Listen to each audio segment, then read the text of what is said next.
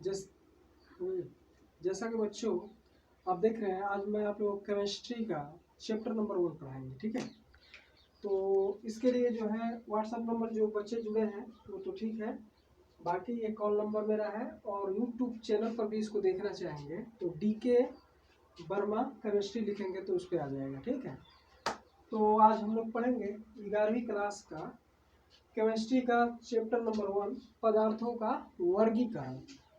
तो पदार्थों का वर्गीकरण, क्लासिफिकेशन ऑफ सब्सटेंस। तो सबसे पहले हम जानेंगे आखिर पदार्थ होता क्या है। ठीक है, तो इसको ऐसे डिफिनेशन दे सकते हैं कि पदार्थ यानी मैटर हर वो वस्तु जिसका कुछ द्रव्यमान हो तथा कुछ स्थान घेरती हो पदार्थ कहलाती है। ठीक है, हर वो वस्तु, कोई भी वस्तु हो सकती है जिसमें द्रव्यमान होता है और जो स्थान घेरती है। मान लो ये मेरे हाथ में क्या है, मार्कर है, तो भाई इसका कुछ भार होगा, द्रव्यमान होगा, इसका वजन करेंगे, वेट करेंगे तो कुछ होगा कि नहीं होगा। और जगह की बात है तो ये जगह घेर रही है, कहीं भी रखेंगे इसको तो ये जगह घेर रहा है ना। जैसे रूम है तो रूम कुछ जगह घेर रहा है।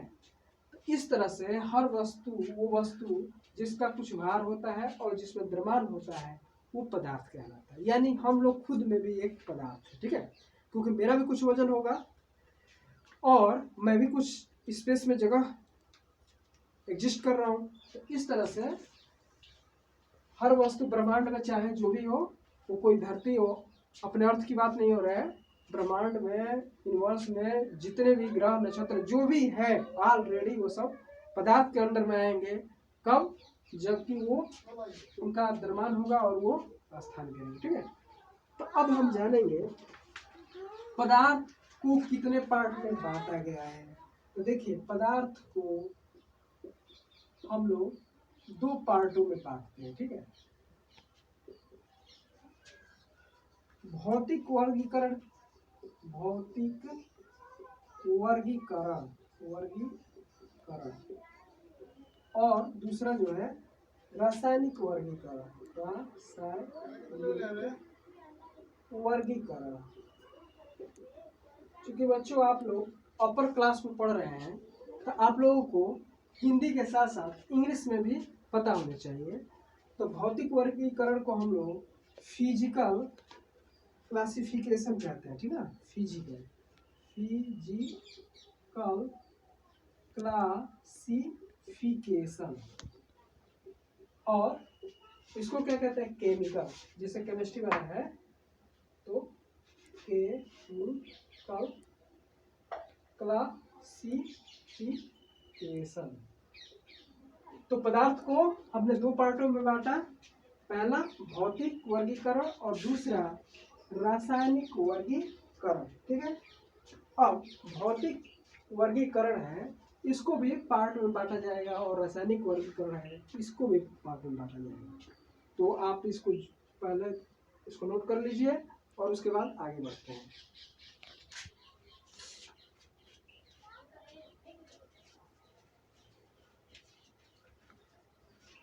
देखो बच्चों, इसको आप लोग जूम करके या पुश करके आप लोग इस वीडियो को नोट कर सकते हो। ठीक है, तो अब हम लोग इस पे तो जगह नहीं है तो फिर मैं ऊपर से लिख रहा हूँ इसको। ठीक है,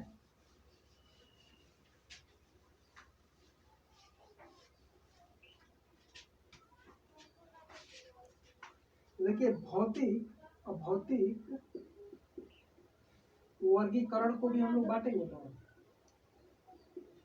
फिजिकल प्रॉपर्टी है, इसको भी हमने 3 पार्टों में बांटा है। ठीक है, देखिए कौन कौन से पार्ट है इसके।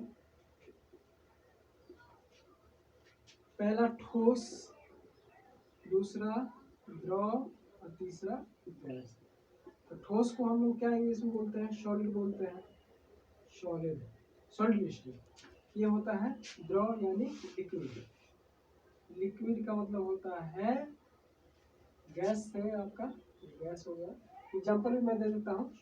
ठोस का मतलब आप लोहा ले सकते हैं, आयरन, लोहा हो गया। लिक्विड में पानी ले लीजिए है।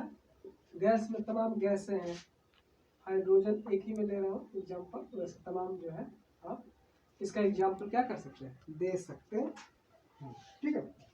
तो देखिए ठोस में देखिए ठोस जो होते हैं उनमें अंतरा अणुक बल पाया जाता है। अब आप कहेंगे अंतरा अणुक बल क्या होता है? तो अंतरा अणुक बल वो होता है जो दो अणुओं को, परमाणु होते हैं और परमाणु से क्या होता है अणु बनते हैं, और अणु जो है आपस में क्या होते हैं अट्रैक्ट होते हैं, मतलब जोड़े रहते हैं, मतलब जुड़े रहते हैं। तो जो ठोस होते हैं उसमें अणु काफी पास पास होते हैं, ऐसे होते हैं, ऐसे होते हैं। इस वजह से इनके बीच जो है अंतरा अणुक बल अधिक होता है, समझ रहे हैं? इनमें काफी जो है अट्रैक्शन फोर्स लगता है, काफी जुड़े होते हैं ये लोग, ऐसे दिखा सकते हैं। तो यही वजह है कि इनको तोड़ने में दिक्कत होती है। और द्रव जो होता है इनमें अंतरा अणुक जो बल होते हैं ठोस की अपेक्षा थोड़ा क्या होता है, इसमें स्पेस होता है, स्पेस होता है, ठीक है, थोड़ा स्पेस होता है ठोस की अपेक्षा। और यही वजह है कि पानी को, अगर आपको ईंट को तोड़ने को कहा जाएगा तो अधिक बल की जरूरत पड़ेगी, लोहा का काटना होगा तो अधिक बल की आवश्यकता होगा। पानी को तोड़ना है तो पानी को क्या करते हैं, बाल्टी में पानी है, हमने लीटर लगाया या पानी अपने ऊपर गिरा लिया तो वो आसानी रहता है, क्योंकि इनके बीच अंतरा अणुक बल क्या होता है, कम लगता है।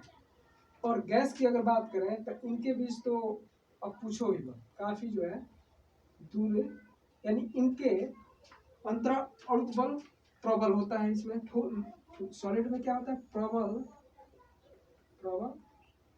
अंतरा अणुक बल, ठीक है।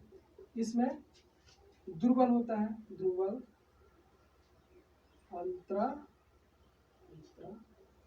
अणुक बल, ठीक है। इसमें नहीं होता है, होता ही नहीं, इसलिए कि गैस को पकड़ कर रखेंगे नहीं, गैस तो के अणु काफी दूर दूर होते हैं। तो ये चीज समझ गए आप लोग, अंतरा अणुक बल ठोस में सबसे अधिक होता है, द्रव में उससे कम होता है और गैस में नहीं होता है, ठीक है। इसके बाद आयतन की बात करें, आयतन, आयतन इसका क्या होता है, निश्चित होता है, निश्चित इसका आयतन, इसका भी आयतन जो है इसका भी क्या होता है, निश्चित होता है। और गैस का आयतन जो होता है, आयतन ये अनिश्चित होता है, निश्चित होता ही नहीं इसका, ठीक है। अब समझेंगे आयतन, कोई भी वस्तु स्पेस में जितना जगह घेरती है, वायुमंडल में जितना जगह घेरती है वो उसका आयतन होता है। मान लीजिए कि हमने एक ईंट लिया, यहाँ पर रख दिया, तो जितना जगह यहाँ पर घेर रहा है उतना ही वो जगह, चाहे मैं उसको स्कूल में आप लोगों के सामने दिखाऊं या कहीं भी उस ईंट को लेकर जाऊंगा, तो जितना जगह यहाँ पर घेर रहा है उतना जगह वो वहां भी घेरेगा। उसको चाहे तो अमेरिका, इंग्लैंड, ऑस्ट्रेलिया कहीं भी ले जाए वो उतना ही जगह घेरेगा जितना कि उसका आयतन होगा। इसलिए ठोसों का आयतन निश्चित होता है, ठीक है। द्रव की बात करें तो द्रव का भी आयतन निश्चित होता है। कैसे आयतन निश्चित होता है, मान ले 1 लीटर अगर मैं दूध लेता हूं और उसको एक जग में भर देता हूं, और उसी 1 लीटर दूध को मैं बाल्टी में भर देता हूं, तो 1 लीटर का 2 लीटर तो हो नहीं जाएगा भाई। 1 लीटर दूध है तो 1 ही लीटर रहेगा, चाहे वो बाल्टी में रखो, चाहे ड्रम में रखो, या जग में रखो, या मग में रखो, या लोटा में रखो, चाहे जो भी कंटेनर में रखो, 1 लीटर का 2 लीटर होने वाला नहीं है। इसलिए क्या होता है, द्रव का भी आयतन क्या होता है, निश्चित होता है।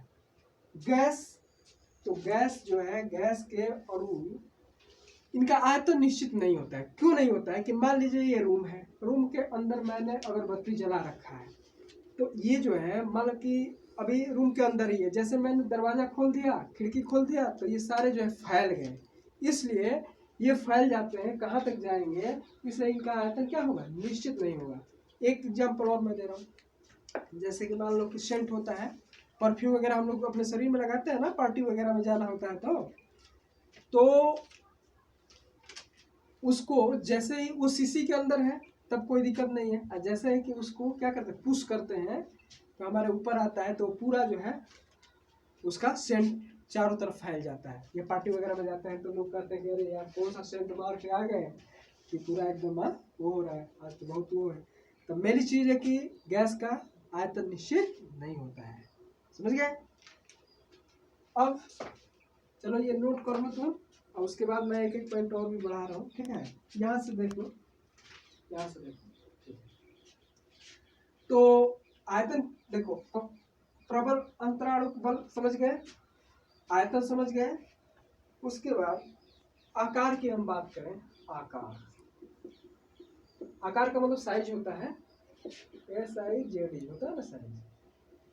तो ये ठोस के लिए, ठोस द्रव गैस में इधर कर देता हूँ, ठीक है।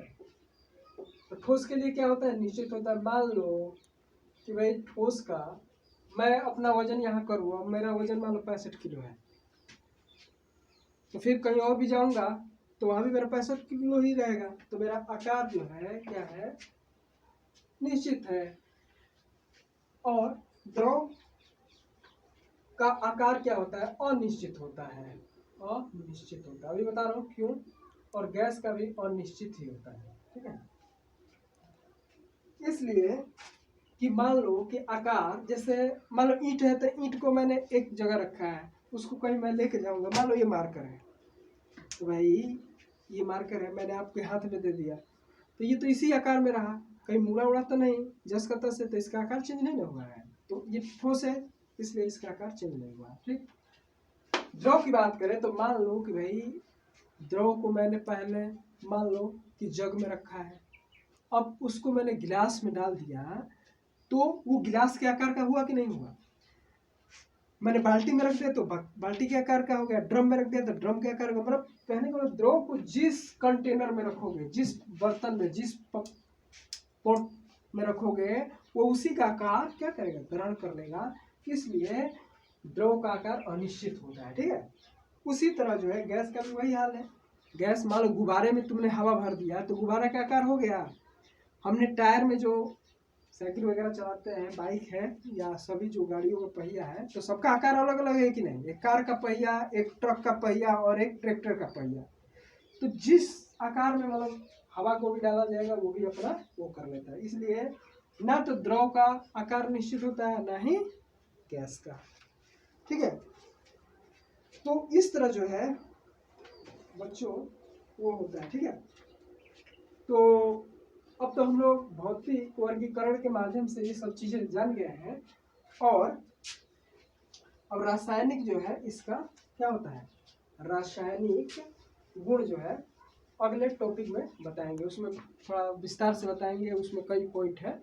तो आज के वीडियो आज ही खत्म होता है, और बाकी जो है आप लोग आगे मेरे वीडियो के लिए क्या करिए, वेट कीजिए, और वीडियो ऐसा ही बनता रहेगा। लेकिन जब तक आप लोग अपना सुझाव नहीं देंगे, अपना मतलब कैसा वीडियो बन रहा है, कहाँ गलती हो रही है, कोई प्रॉब्लम हो रही है, तो आप कॉल करिए, व्हाट्सएप नंबर पर कमेंट करिए, और यूट्यूब पर भी कमेंट कर सकते हैं। मेरा जो चैनल है उसको सब्सक्राइब कर सकते हैं, लाइक कर सकते हैं, ये सब कर सकते हैं, ठीक है। तो आज का वीडियो मैं यहीं पर रोकता हूँ और आगे कल देखेंगे। तब तक के लिए बाय।